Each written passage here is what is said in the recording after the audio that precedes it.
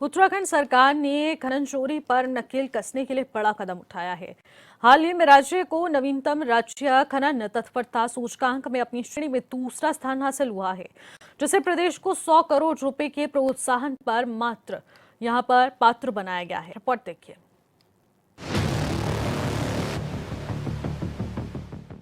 उत्तराखंड सरकार ने खनन चोरी पर नकेल कसने के लिए बड़ा कदम उठाया है।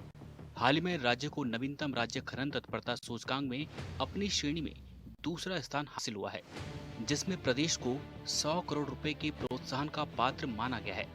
केंद्र सरकार के इस पत्र के बाद अब राज्य सरकार खनन क्षेत्र में पारदर्शिता और राजस्व बढ़ाने के लिए नई तकनीक का इस्तेमाल करने जा रही है। कांग्रेस पार्टी को मालूम है कि उत्तराखंड राज्य में खनन को लेकर के जो पारदर्शी नीति अपनाई गई है, जिस पारदर्शी नीति के तहत खनन का कार्य हो रहा है, उससे आज उत्तराखंड राज्य का खनन मुख्य राजस्व का एक स्तंभ बन चुका है।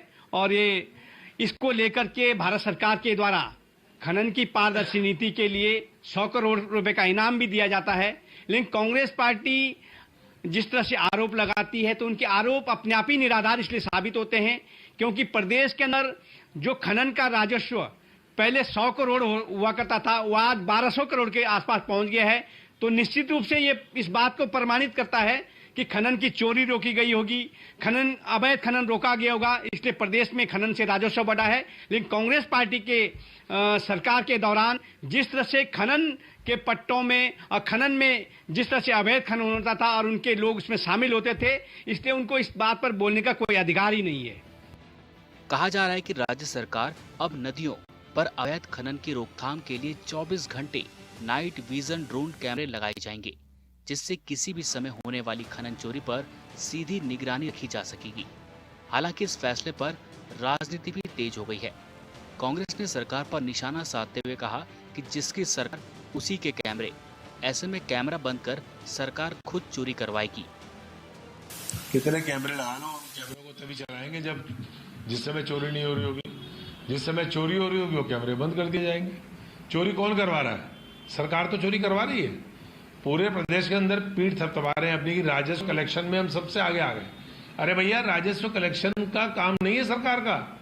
राजस्व कलेक्शन का काम होता है, लेकिन आप अवैज्ञानिक तरीके से पूरे राज्य की नदियों को जिस प्रकार से खुर्द बुर्द कर रहे हो, पूरे प्रदेश के अंदर जो आपने लूट मचाई हुई है, तो आप राजस्व कलेक्शन पे बड़ी पीठ थपथपा रहे हैं कि साहब सबसे ज्यादा हमारा राजस्व कलेक्शन हो गया। तो आप कल से नृत्य करवाना शुरू करो, तो सड़कों पे खड़ा करके ग्लास हाउसेस बनाओ, जुए घर शुरू कर दो, उससे भी आपका पैसा कलेक्शन हो जाएगा। घर घर शराब बेचने का काम आप करवाया था, सारे अनैतिक कार्य शुरू कर दो, पैसा इकट्ठा हो जाएगा। सरकार का काम पैसा इकट्ठा करने का है। भाई टैक्सेस जो वाजिब टैक्सेस हैं वो लीजिए, लेकिन राज्य अवैज्ञानिक तरीके से, नॉन साइंटिफिक तरीके से आप खनन कराएंगे तो जो आपदाएं इस बार पूरे प्रदेश के अंदर देखने को मिली है आपको, कौन सी नदी ऐसी रही जिसमें बाढ़ नहीं आई? गंगा, यमुना, शारदा से लेकर तमाम सहायक नदियां, देहरादून की रिस्पना, देहरादून की बिंदाल, देहरादून की तमसा नदी, देहरादून की यमुना, देहरादून की सारी सौंग नदी, कौन सी ऐसी नदी रही? 11 जगह एक साथ बादल फटे देहरादून में, सहस्त्रधारा का तहस नहस हो गया।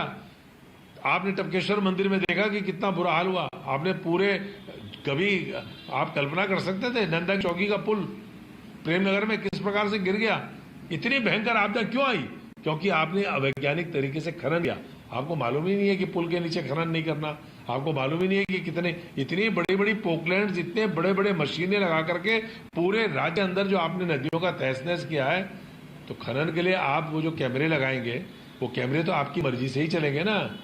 ये जनता को दोगे तो कैमरे को चलाने को, जिस समय चोरी करोगे उस समय कैमरा बंद कर दोगे। बीजेपी ने कांग्रेस के इस बयान को बेबुनियादी बताते हुए पलटवार किया है और कहा है कि कांग्रेस विकास और पारदर्शिता के हर कदम पर राजनीति करती है। यह कोई पहली बार नहीं है कि दोनों पार्टियों के नेता आमने सामने हैं। आए दिन सत्ता पक्ष और विपक्ष के बीच आरोपों की राजनीति आम बात है। देहरादून से HN 20/7 के लिए योगेश आर्य की रिपोर्ट।